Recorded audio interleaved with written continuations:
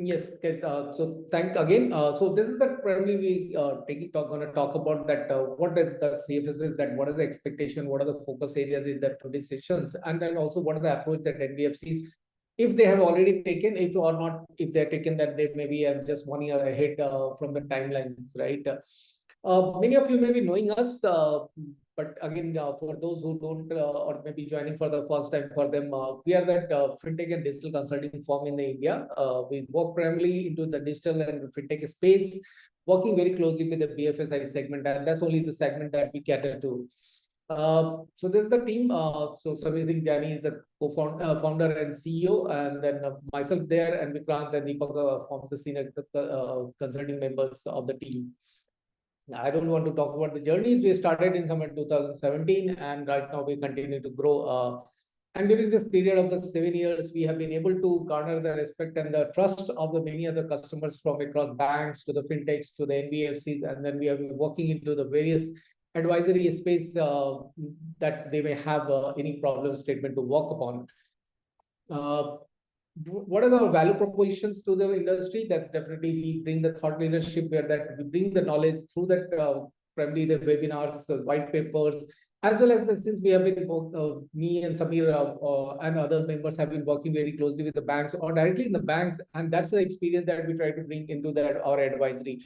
For introductions, like for example, myself, I'll talk about, and then I'll introduce the call of Deepak to introduce himself. So I worked with L&D Infotech and the Wipro for the earlier part of my career, where I was responsible to drive the cybersecurity, business continuity, risk and compliance, and the governance aspects for the various BFSI customers.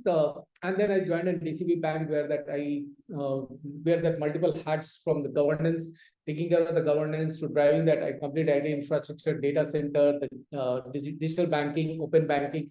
So that's been my role. And then I joined Samir to continue to grow that consulting firm. So that's there, and we follow the practitioner approach, because many of the things that we talk, we would have already implemented as our role in the bank, right? And Samir also coming with a wide experience of working with a various bank, from Citi to Kotak to Infosys and the Wipro, right? And then also he was the CTO at the DCB Bank as a last role, right? We bring a deep engagement, and our networks is definitely one of the strengths that we work upon. If you talk about the services, primarily the consulting services, where we engage with our customers to help into any of the problem statement, which may be from the digital transformations to digital benchmarking to the digital advisory, or it could be the fintech, open banking advisories, or technology transformations. So those are the landscape that we were working, and then also the risk and compliance. We do a lot of work in the partnership, as well as we do also work on the corporate training, where that we train on the various topics, from digital banking to digital lending, payments, new technologies like AI, ML, the blockchain, and their role in the BFSI segments that we do. And typically these trainings are catered to middle management, the senior management, and as well as to the board. Let's get a snapshot on the cybersecurity and risk advisory. So we work on the IS audit, ISO 27 certification, or the cybersecurity, also helping into the building the technology risk management, or performing the third-party audits, as well as helping the bank or the NBFCs or the fintechs onto the business continuity or resilience requirement. While compliance also, we help them to understand the compliance requirement with any of the master direction comes from the RBI, especially on the technology and the digital space, and will help them to get compliant to that full of the master direction expectations. And we also work into building the integrated compliance framework. Just touch upon the 30 seconds as we move. And now we are engaged with the various customers to helping into the Digital Personal Data Protection Act, which you may be already knowing that it's around the corner, right? And on the technology space, we help into the technology diagnostic, technology architecture review. Like, for example, if you want to look at your enterprise architecture aligned to any international practices like TOGAF, we can help you do that. That's all. Just skip a few of the slides. I already spoken. This is the integrated compliance framework that typically we operate. This is just to give you insight that because of the multiple compliance requirement, how better you can manage it. That's a framework that we build, and that we typically work with the customers to help them to build that structure so that they can comply with the various regulatory requirement and the standards that we may be following. So that's all. So back to the topic. So this is a topic that we are going to focus on the what are the focus area for the CFS as per the regulatory. It was not a very exhaustive, it's a very straight line requirement, which primarily left lots of things for the interpretation. But I think clarity is also there if you try to read between the lines, right? Then also we are trying to understand the key impact implications on the NBFC's operations. What are the components that or reimagination that you need to do to deploy that from your technology architecture for the CFSS? And what kind of the approach you will follow. I'll join by the Deepak. Deepak, if I request you to just quickly introduce and then we get into the discussions. Before that, guys, you can please feel free to put up the questions in the Q&A section. So we'll keep on taking up as we continue to move into the sessions. Or in case if anybody wants to talk, please raise a hand and then we will allow the mic to speak as the time permits. So over to you, Deepak, if you can just quickly introduce yourself. Sure, Shashank. Thank you. Good afternoon, everyone. Thank you all for joining today. I've been a part of Digital Fifth for over 4 years now, and I've been a part of several digital transformation projects, implementation of digital products, and also been fairly working in a lot of risk and compliance aspects. So that's where I am today. And as we deep dive into CFSS, hope to have a great discussion with you all. Over to you, Shashank. Thank you, Deepak. So as we was again, the question comes that this regulation was there in 2022, why we are talking about at this moment. So I think time is apt because of the deadline, which is coming as a 1 year down the line, especially the middle layer segment, which is constituting the larger part of the population of the NBFC. Upper layer, very limited players are there, and most of the large ones, which may have the sufficient technologies, capabilities already put in place. And they also had to align, but they might have already been done that. So what was the objective behind that RBI? So RBI is looking that to make sure that the entire customer experience, the operational efficiencies, as well as all the various reporting requirements which are there from the NBFC perspective, they found that NBFCs typically may be lagging little behind the banks. So how do we bring them at the par of the banks, not to the ahead, right? So that's where the entire thought process was there to push for the deployment of core financial services solutions. And as we proceed, we'll try to see that now they were talking it very akin to the CPS within that banking segment. But NBFC will be having one single solutions very similar to the CPS, which manage that entire that customer relations to the account management and to the entire the GL management may not be. But how do you can fulfill that entire expectation of the CFSS through that stack that you already may have or may not have, right? So that's their entire objectives. And the whole objective is to definitely make that entire reporting and auditing very easier. Typical challenges when the RBI goes for the any kind of the regular inspections to the NBFCs, and I'm talking about the large NBFCs, a lot more may have the better sufficient infrastructure in place. But the large population may not have the positions to extract the report and able to furnish to the regulators, which is very straight directly pulled out from the systems, right? They may need to do lots of the massaging when taking out as an Excel file, integrating from the various systems, and then trying to present it to them. That's typically they were not looking at. They were looking at that how they can get an access to the system which can pull the entire report, can give an insights into the total outstanding, what are the NPAs levels are there, what kind of the interest accruals are there, and then entire the revenue recognitions is there. So these are like I'm just talking few of the pointers that how they can get it and directly through the systems. So these are like typically end outcomes from the business perspective. But to get to the end outcomes, you need to have that the whole of the integrated stack, which they're primarily calling within the core financial services solutions, right? So I try to look at it as I was talking about that these outcomes in terms of the reports. Look at the current visualization if you try to see for the large set of the NBFCs, especially in the middle layer, those who are above 1,000 crore, right? And which is just many of the guys have just get into the 1,000 crore space, and they're falling into the middle layer, right? So typically they may have the loan LOS, and they may be catering to the multiple lending products from the unsecured business loan to secured business loan to the personal loan to two-wheelers to gold loans.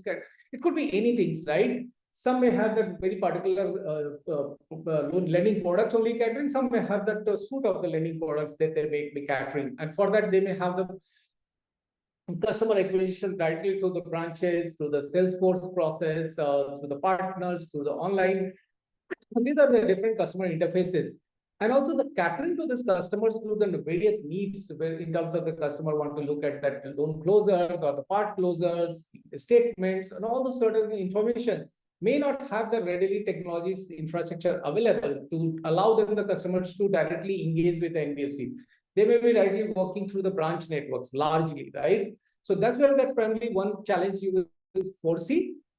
And second is like whole entire process of the customer onboarding to the entire the lending process. You will have the loan origination systems. It could be end-to-end on a digital onboarding, or it may be partially digital, partly physical onboarding process. The BRE, entire the rule configuration and credit decisioning process.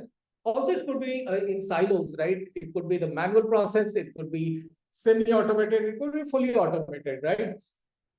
And then plugging the decisioning into the LOS also may be very manual kind of thing, or it could be semi-automated. So we are just trying to generalize the whole of the pictures. It may completely differ from NBFCs to NBFCs, right?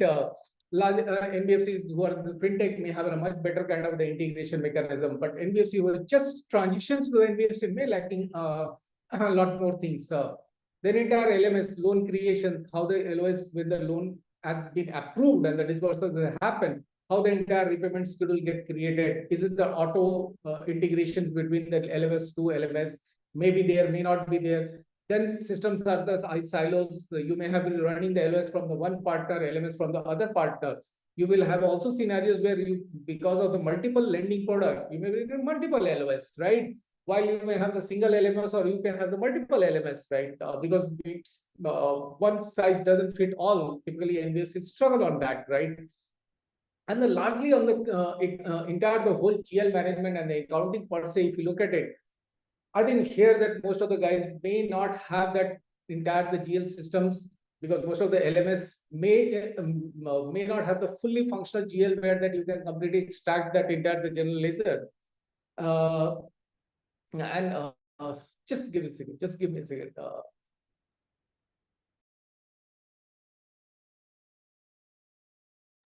Yeah. So just continuing. So typically, what happened that entire the informations that about your interest recognition, the accruals, and all these things, we should flow into your GL.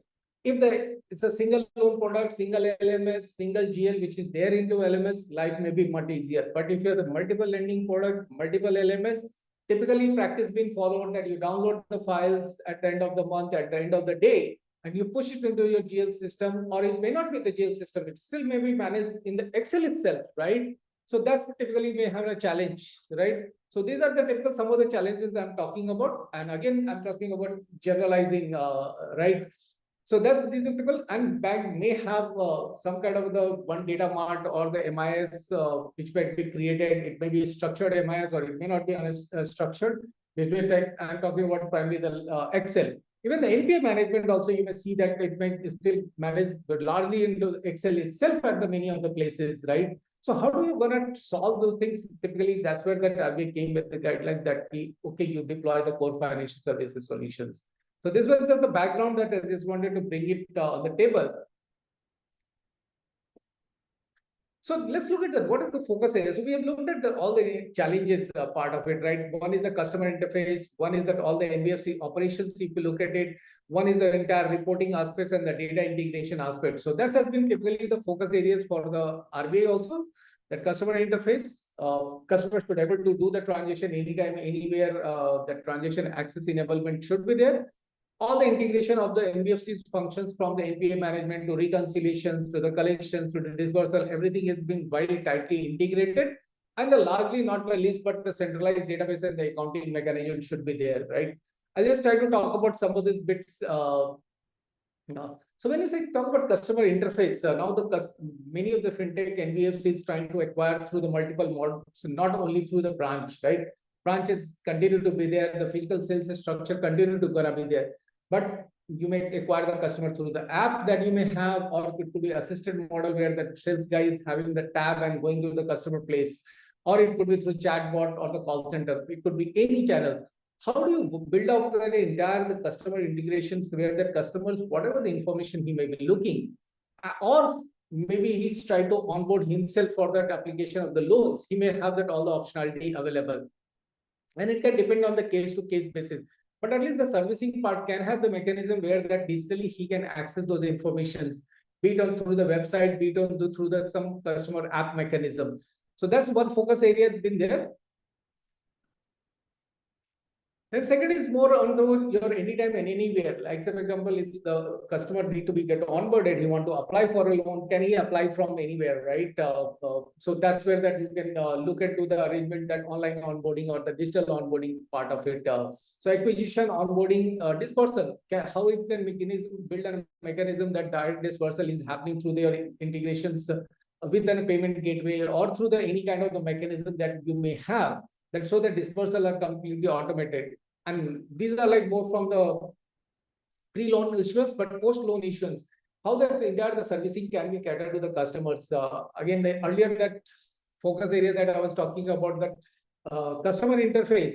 So how do you make sure that if the customer want to download his repayment schedule, he want to make a part payment, or he want to look at the ID certificates, some of this servicing requirement that may have, also making the entire the EMI payments. So those are the mechanisms how do you can enable through the customer interface. So that's another focus areas.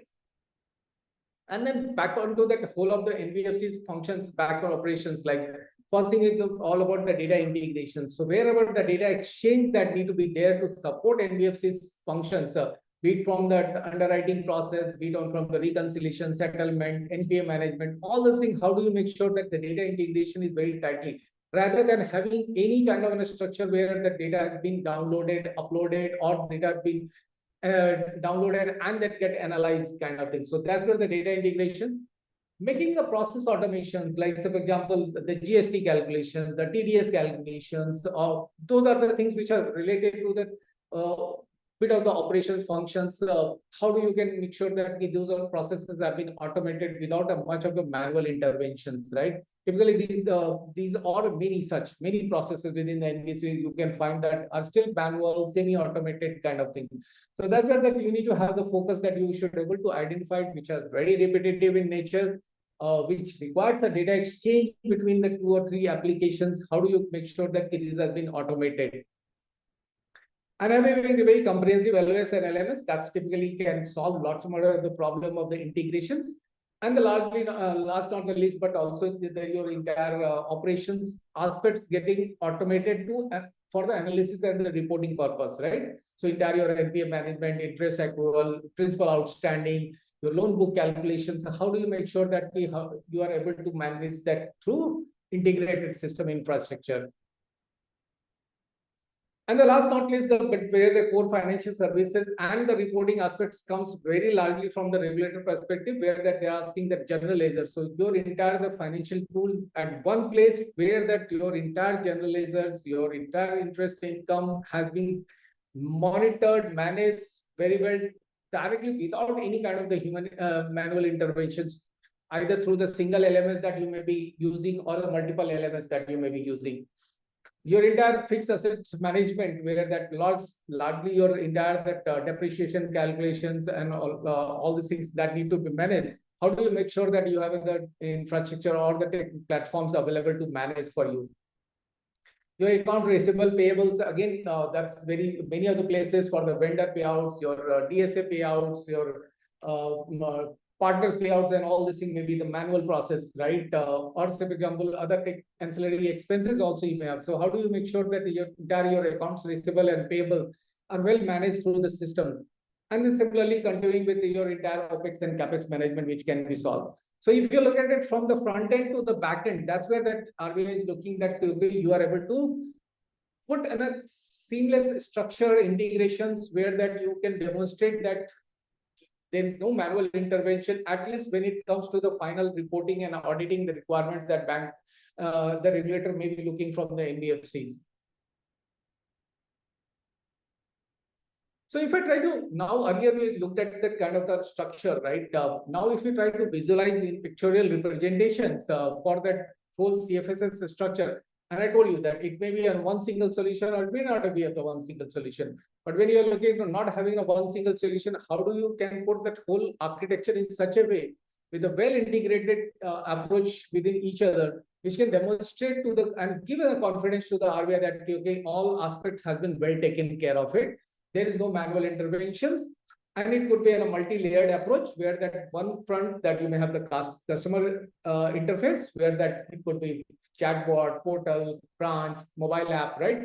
And again, very clearly, this architecture may not be straight through architecture for every NBFCs. It will differ from each NBFC to each NBFC, depending on the product stack, lending product stack that you may be having, right? So feel free, and you need to go back and look at it from your perspective, right? Everything may not be there. So that's where you need to plot your architecture. You need to look at that where the gaps are there, and then try to see that how do you can address those, especially the focus area that RBI has laid down as part of the whole CFSS.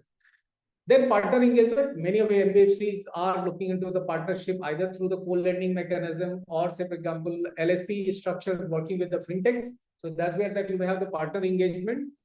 How do you make sure that integrations is being well managed? The data exchange has been very uniformly been addressed through your own channels as well as your partner channels. You may have the direct APIs-led integrations, or you may try to, if you want to much better present the entire integrations, and if your budget also applies, then you may look for the API management and the gateway kind of the structure, which allow you to take care of those partner integrations in a much secure and efficient manner, right? So then you will have the API management platform, and then comes the core lending stacks starts where that first interface, the CRM. So how do you take care of that any leads which gets generated, or if your branch interface that need to cater to the customer servicing, they can have the CRM platforms which help you to manage the lead management campaign as well as the better customer servicing to take the request and able to respond to those requests. And then definitely the core whole of the lending business, you will have the loan origination systems. And again, it can differ from the product to product because many of the platforms may not be able to cater to all kinds of the lending products. So you may find it that you may need to deploy multiple LOS, and depending upon the business to business, right? That's where the NBFCs we have been experiencing. Some of the small NBFCs, middle-layer NBFCs also may have the multiple LOS, right? Again, it's all the business call and depending to the whole the digital journey that you want to deploy. And LOS may have the whole functionality from the customer management, customer creations to the dedupe underwriting process, the documented management, disbursals, agreement, a whole other process. And that's also integrate lots with the APIs because you're trying to automate lots of the journeys, right? And then you have the business rule engine. Definitely, business rule engine, either it can be part of the existing LOS or it may be out. But you need to have very tight integration if it's an outside of the LOS. So how do you pass on the data from your LOS to the business rule engine? And based on your credit policy, what has been defined, and the algorithm which has been created for auto decisioning process, you may look at the whole of the integration, that how the information passed in the back.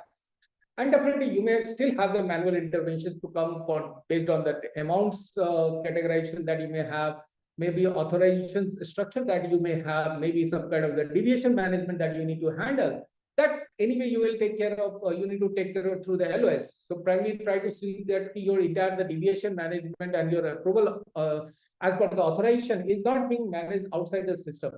Like, for example, all the deviations that you are monitoring outside in the mail, while then all the decisioning data has been captured within the LOS. So those are the aspects that you need to go back and look and then try to do rewiring of some of the things that you may find it that may give an impression to the regulators that these are being handled outside the system and may have a chance to influence some of these elements which go back into the systems.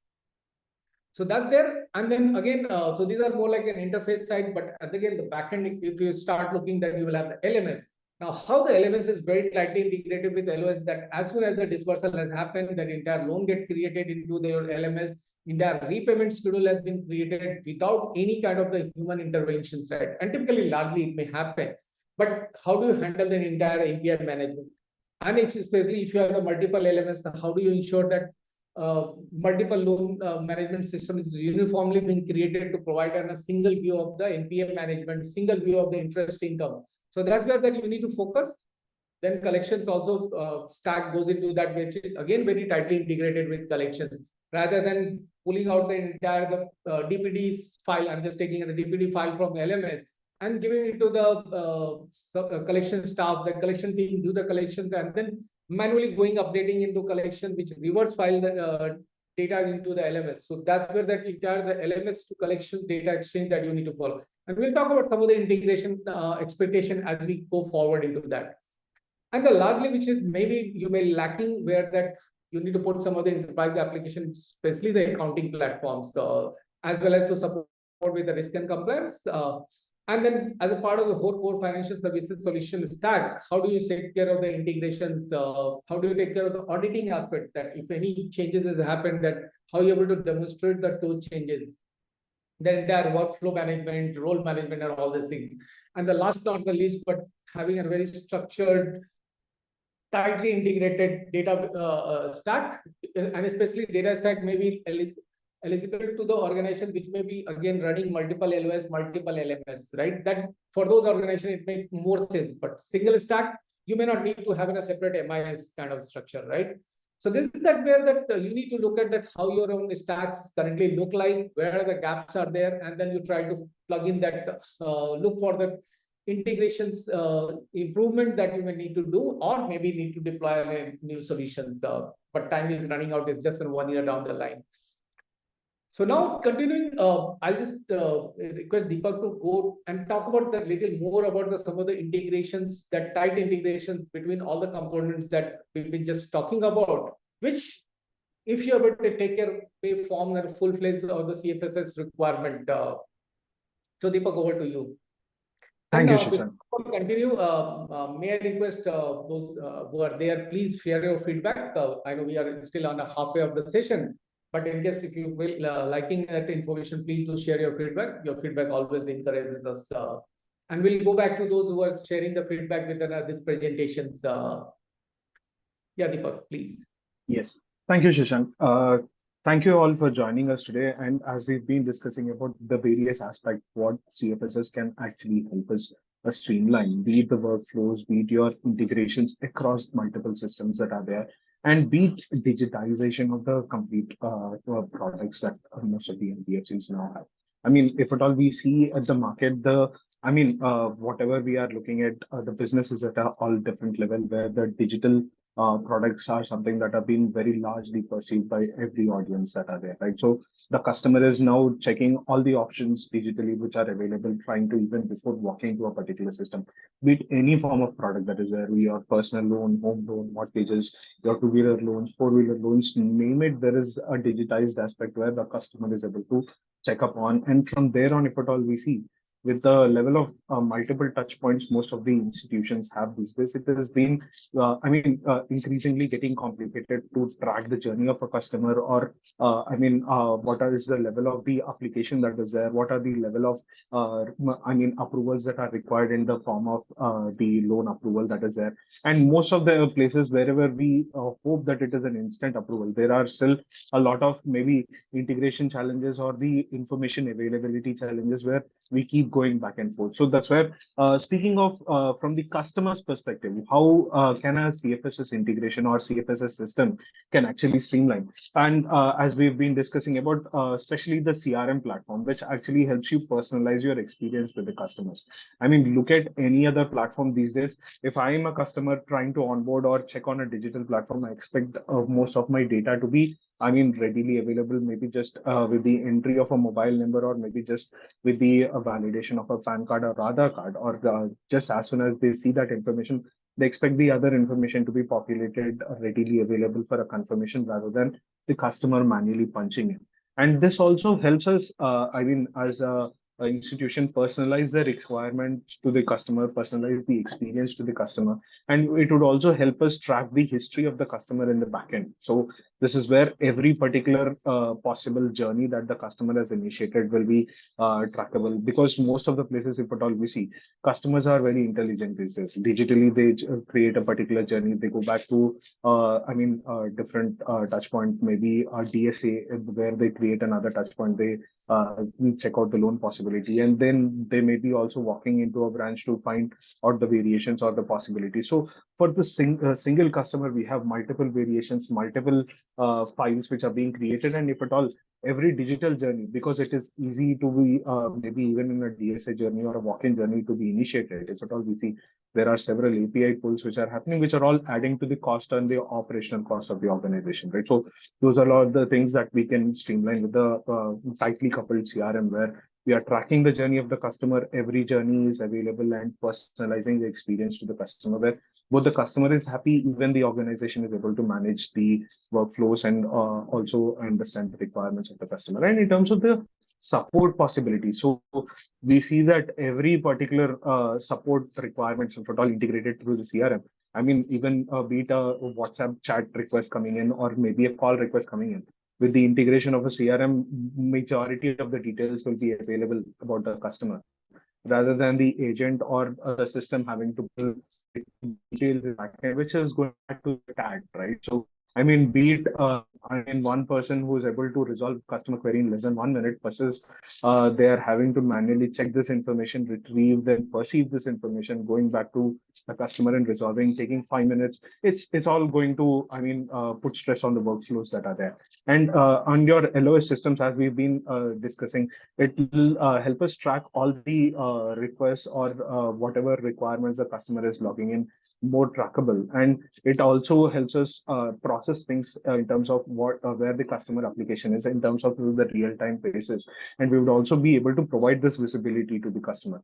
In most of the places, as we see currently, the customer logs in the application, they do not know if at all the application is being processed or it is taking it is rejected. So that is where it also leads to multiple touch points being utilized to create that particular journey, to ensure they get to that particular point where they get this particular loan or they get some more updates, right? So that is where the uncertainties in the process or the wait times will be reduced once we have a tightly coupled LOS platform, where we are able to track each and every requirement of the customer. And as we were discussing, the documentation piece, most of the places, if at all we see, the broken journeys lead to, documentation being collected. WhatsApp is an easy channel these days. Email is an easy channel these days. If not, someone actually gives you a physical copy, which is being scanned and uploaded into my LOS platform, which is again tracked differently and stored separately, right? So, I mean, all these three places again being integrated across, where I have multiple duplications of the documents available, and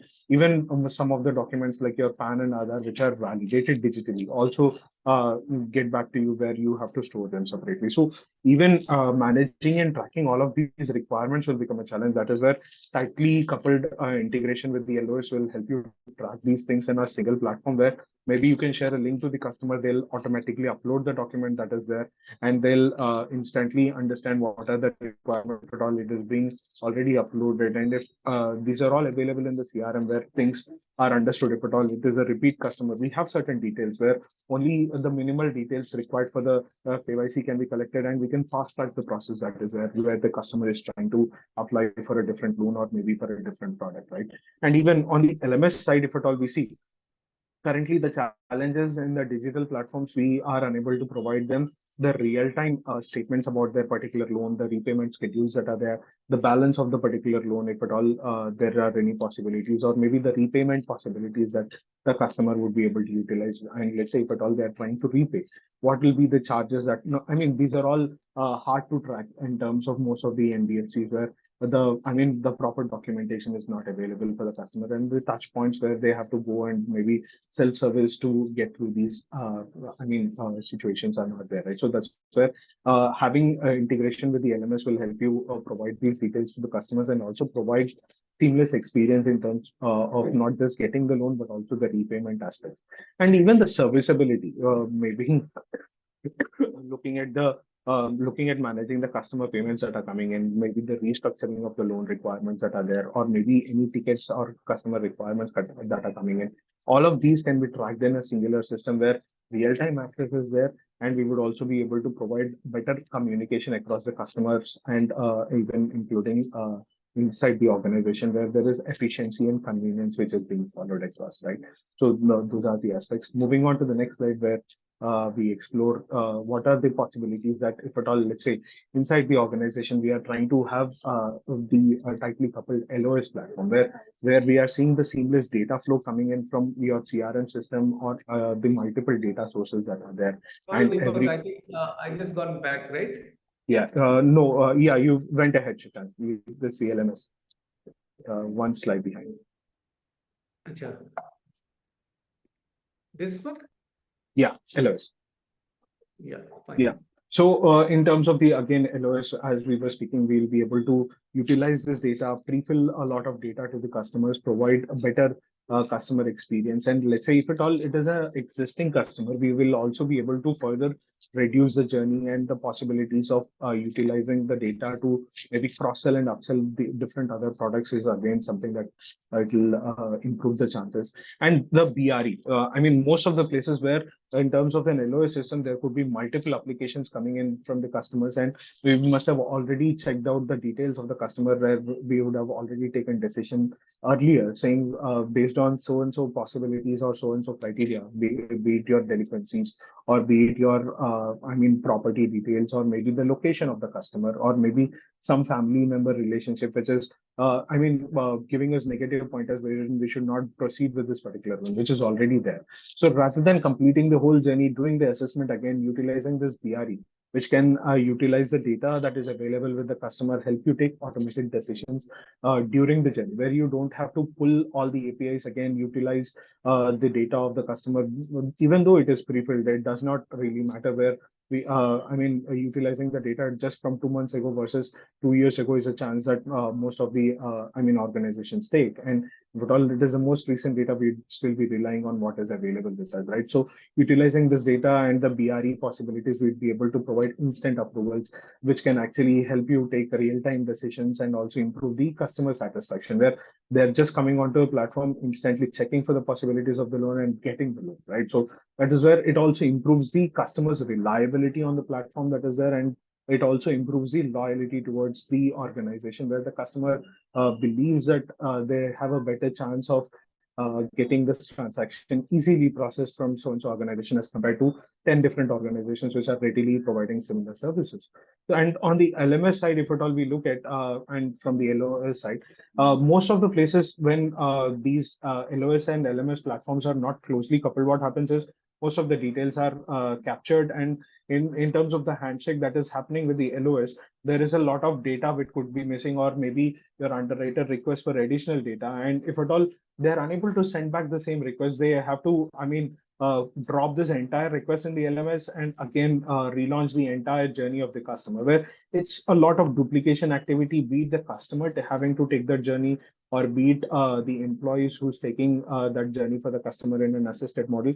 Everything is going to add to the dissatisfaction of the customer, where you keep requesting similar details and some kind of validation through the OTPs. So there is a lot of dependency that needs to be tracking, right? So at every point, be it your LOS, LMS side, when they are very closely coupled, you should be able to allocate that particular possibilities, flag it, and assign it to a particular customer, or maybe assign it to a particular person in the organization, where they maybe be it an updated data requirement that is there, be it a new document that needs to be collected, or maybe some kind of validation which missed out. Everything could be just completed and continue with the journey which is there. So this helps us maintain a lot of consistency across all the devices and also improve the customer satisfaction. In terms of the LMS that we've been discussing about, the seamless data transfer across your CRM, LOS, and LMS is going to help you track the disbursements, repayment, and minimize all the calculation errors. So sometimes with all the various touch points available for the customers to repay, sometimes digital payment is possible, sometimes there is a NASH payment, sometimes the customer walks into a branch and maybe does a cash payment. So how do you actually synchronize between all these requirements and ensure it is being available, and you don't wrongly debit the customer again if at all there is a cash payment coming in? How do you minimize these errors in the backend? And in terms of ensuring that the schedules are consistently followed, half of the places where most of the NBFCs operate today, there are varied requirements of the customers and varied personas of the customers. So how do you ensure we are providing fulfilling the requirements of the customers, yet we are following the schedules consistently applied through the loan life cycle, be it the charges that have to be applied, in terms of a late payment, be it some other requirements which are to be fulfilled, or maybe the GST payments or calculation that needs to happen in terms of the interest that has been received. So how do you all ensure that the consistency is there?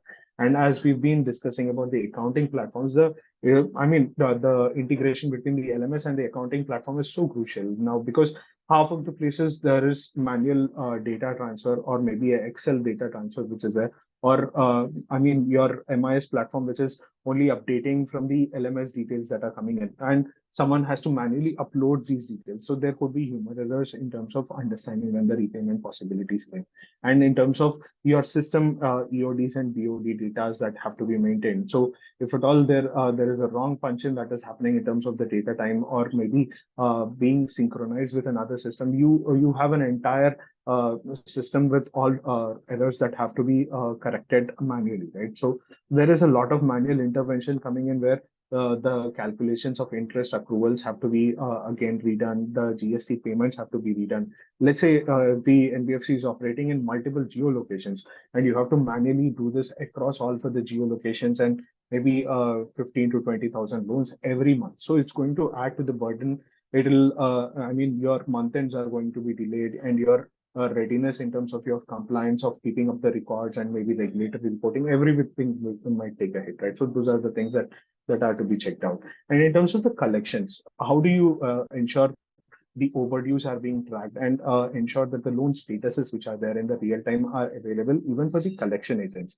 So it is not always the customer is informed, or in your in-house systems are in synchronized and we are charging the customers, right? So there also needs to be an intimation that needs to go to the customers, where we are saying, and there is also feet on the ground where we can actually give this information, who can actually track the customer, get this particular details coming in. And in terms of the early NPS, most of the places, if at all you see, half of the or most of the customers, they might give you wrong details, or they must have just moved immediately after taking a loan, and there could be a possibility they are going through something and there is an early NPA detected. So how do you still track this particular customer when you don't have a permanent address? How do you ensure you bind the customer to the payable requirements that are there? And how do you ensure at the end of the day the tracking and recovery is happening in an efficient manner? Those are all the things which add to the operational efficiency, and also the enhanced compliance requirements that we are following, right? So how do we ensure all this information is being transferred seamlessly across the system, we managing it, ensuring the customer is happy, also tracking the requirements of the organization? Those are all going to be the key. Moving to the next slide, where we discuss on the accounting platform requirements. This is where, as we were just discussing, your GST calculations, or your timely receivables and trackables. And when we say trackables and payables here, there could be a lot of DSAs agents coming in. How do you, and they could have a different varied structure, and we could also have sales agents which are on roll, who have a different incentive structure. So how do you track all these things? And if at all it is not a in-house employee, and there is again a different tax calculation that needs to go to, how do we bring in all these things together? And there could also be your dealers, vendors, which could also require a commission to be paid. So at the end of the day, those things go through a GST calculation of its own. So one thing in terms of the customer receivables, where we have to manage the accounting and the GL balances, and also on the payables, where we have to track this, it gets complicated, right? It's a many to many payments and receivables which have to be tracked.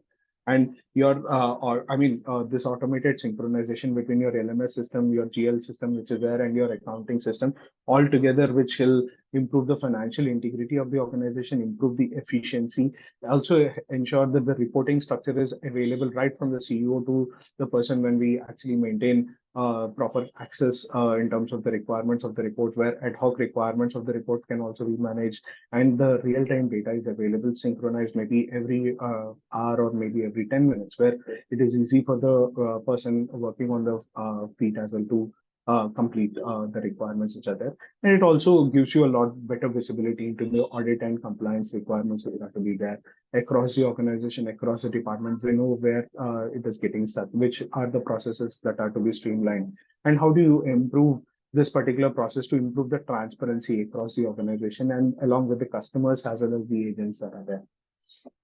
So moving to the next slide, Shashank. Yeah, in terms of the MIS requirements, as we've been speaking of the real-time data access, your GL systems, which needs to be synchronized, and all these together, they actually help you improve the unified reporting and help you form the single source of truth, which is more trackable and tamper-proof, where the digital journey is trackable right from the origination to the disbursement and right from the repayment receivables to the payment payables, whatever are going to be every workflow in this particular system, including the customer delinquencies, customer charges that have been paid, the loan repayment, or the support tickets that have been raised, be it your regulatory reporting that has to be managed, and in-house performance of your particular loan products that you want to check out, and regional performance reports that you want to check out. Everything is streamlined to a particular single source of truth where it is easier to track, it is easier to improve your decision making, improves the efficiency of the organization overall, and also provides better regulatory compliance aspects that can be followed. So moving towards the approach towards the organization, or how do you actually implement the CFSS structure? Before we go, that the timeline is something that we've been discussing of. So the base layer NBFCs have, there is no requirement in terms, let's say, their asset size is less than 1,000 CR, CFSS is not mandatory. But in terms of the middle layer NBFCs, the requirement is such that by 2025, September 30th, we need to implement the CFSS. And the upper layer, almost 70% of the fixed services have to be implemented on CFSS by September 2024, which is not so far away. Yeah. Handing it over to you, Shashank. Thanks, Deepak. And then guys, I'm sure you may be getting good insight from it. So please request you to share your feedback. My team member has already put the feedback link into that sheet. It's always help us.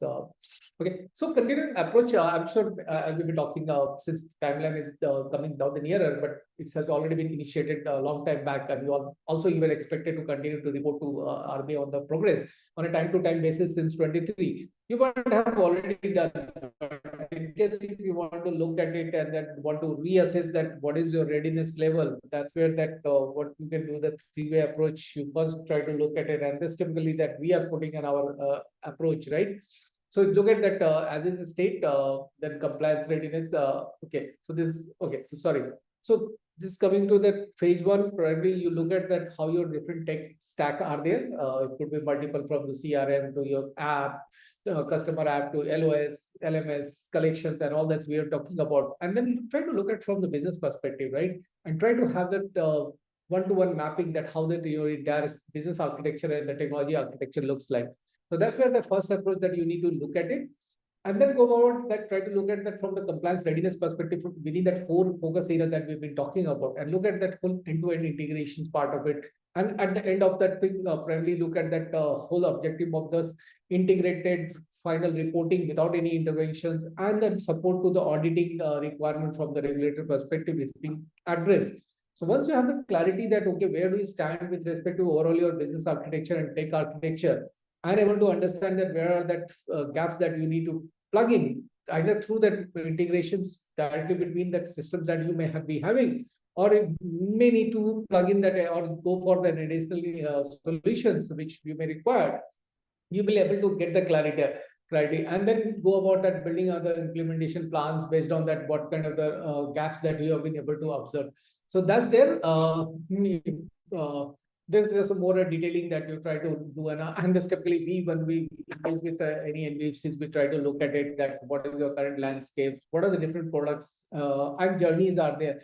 Journeys are typically always helpful, be the journeys initiated from the branch, which is a manual in the nature, or is it the digital journeys. Look at all the stakeholders, try to understand the whole of the technology mapping, journey touch, when you are understanding the journey, all the touch points. Look at your financial products, the entire regulatory reporting and all the aspects, current team structures, integrations capabilities. Certain platform may have the integration capabilities through the available APIs or the microservices kind of thing, but some of the things may not have, right? Or it may be required in a deep customization. So that's you try to get a deeper understanding, as well as all your accounting requirement, which you may be anyway reporting to the RBI, but currently how those reports are being generated, you need to understand the whole of the process, right? So that's where the first step that you try to do that. And second, that applicability. So what are the things from the NBFC perspective, from the CFSS requirement, it's applicable. You understand, then do the complete deep assessment with based on that, whatever the initial understanding that you have got it, and then collect all the findings in terms of like customer interface, where the challenges are there in the reporting stage, what are the challenges are there, certain reports may be auto getting generated from the system, but some of the things may not be, right? So you get a very clear understanding and then build an overall plan for the implementations, and then you go about the implementation. So get a concurrence that, okay, these are the some integrations related implementation that you need to do. These are some of this platform deployment that you may need to do.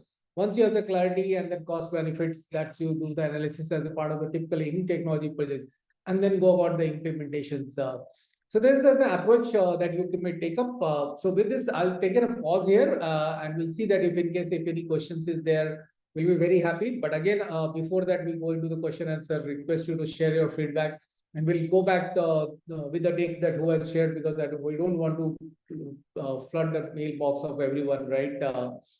So over to if you have any questions, we'll be very happy to answer and respond back. So with this, we have come to the end of the sessions, but happy to take up any inputs, or if anybody want to share their insight, their learning experience as a part of the building the CFSS, we would be, everybody will be happy to hear them.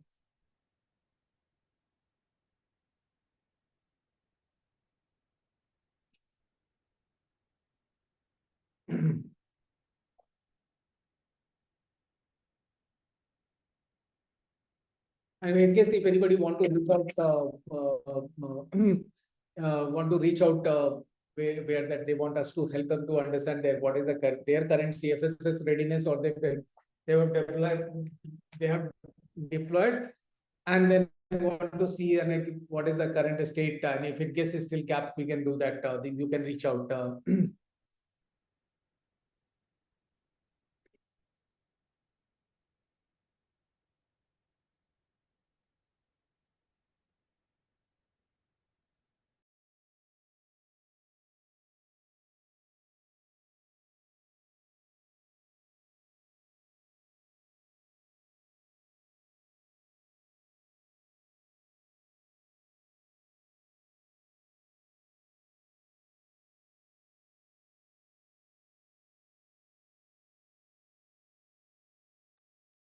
I think the question, what is the average global NPL in case of the digital lending? I think this is wide open questions. I think we can respond back when, offline.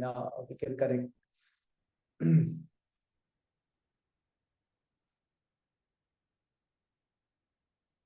So if there are no any questions, we'll take a closer here. And thank you again for joining us. If you have feedback, please do share your feedback, or if you want to reach out for any support on the CFSS, we'll be very happy to do that. With this, thank you guys, and have a nice weekend. Thank you guys. Thank you, everyone.